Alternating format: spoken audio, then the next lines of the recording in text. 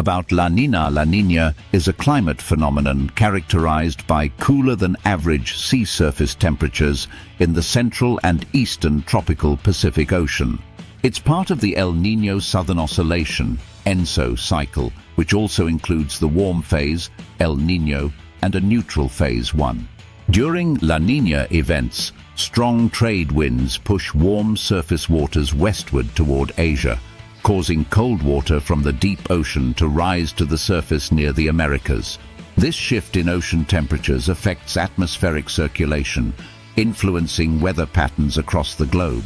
Key impacts of La Niña include increased rainfall in regions like Southeast Asia and Australia, droughts in the southwestern United States and parts of South America, colder winters in parts of North America and Europe, enhanced cyclone activity in the Pacific Ocean. La Niña events can last for several months to years and have varying intensity, impacting agriculture, ecosystems, and economies worldwide.